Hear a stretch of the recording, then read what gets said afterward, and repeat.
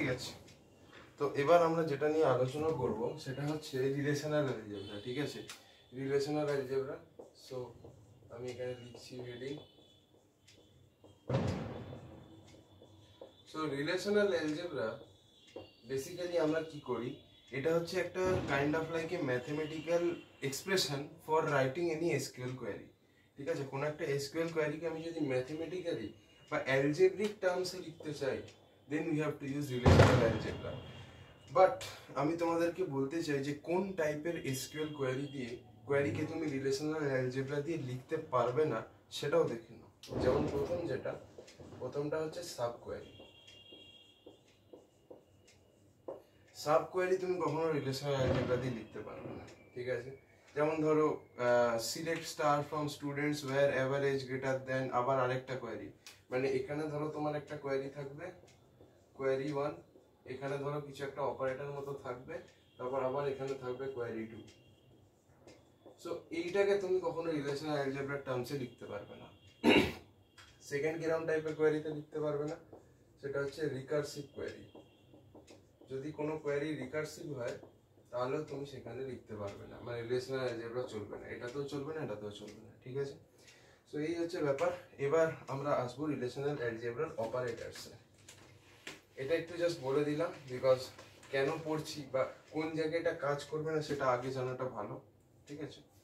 Anyways, so relational অ্যালজেব্রায় দু রকমের operators হয়। ফার্স্ট টাইপের যে অপারেটর সেগুলোকে আমরা বলি হলো বেসিক অপারেটর। সেকেন্ড টাইপের যে অপারেটর আমরা দেখতে পাই সেটাকে আমরা বলি হলো ডিরাইভড অপারেটর অথবা এক্সটেন্ডেড অপারেটরও বলি। ওকে, এক্সটেন্ডেড বা ডিরাইভড দুটোই বলতে পারি। ফাইন। তো দেখো বেসিকের মধ্যে দু রকমের হয়, ঠিক আছে। তো একটা হচ্ছে ইউনারি অপারেটর আর আরেকটা হচ্ছে বাইনারি অপারেটর। আর ডিরাইভড মধ্যে কি কি হয় আমি বলে দিচ্ছি। ডিরাইভড মধ্যে তোমার যেটা হয় সবার আগে যে অপারেটরটা সেটা হচ্ছে জয়েন অপারেটর, ঠিক আছে। জয়েন অপারেটর যেটাকে আমরা কিভাবে ডিনোট করি, we denote it something like this. আচ্ছা, আর কি অপারেটর হয়, এটা একটা। সেকেন্ড হচ্ছে ডিভিশন অপারেটর। ডিভিশন অপারেটর এটাকে আমরা কিভাবে ডিনোট করি, ইউজিং দ্য ডিভিশন সাইন। আচ্ছা, আর কি অপারেটর হয়, আর হচ্ছে ইন্টারসেকশন অপারেটর। ইন্টারসেকশন অপারেটর, ইন্টারসেকশনকে আমরা কিভাবে ডিনোট করি সবাই জানে, তাও বলে দিচ্ছি, using the intersection sign like this. ইউনারির মধ্যে কি কি হয়, সবার আগে হচ্ছে তোমার প্রজেকশন অপারেটর, ঠিক আছে, প্রজেকশন। তারপর আরেকটা হয় হচ্ছে সিলেকশন,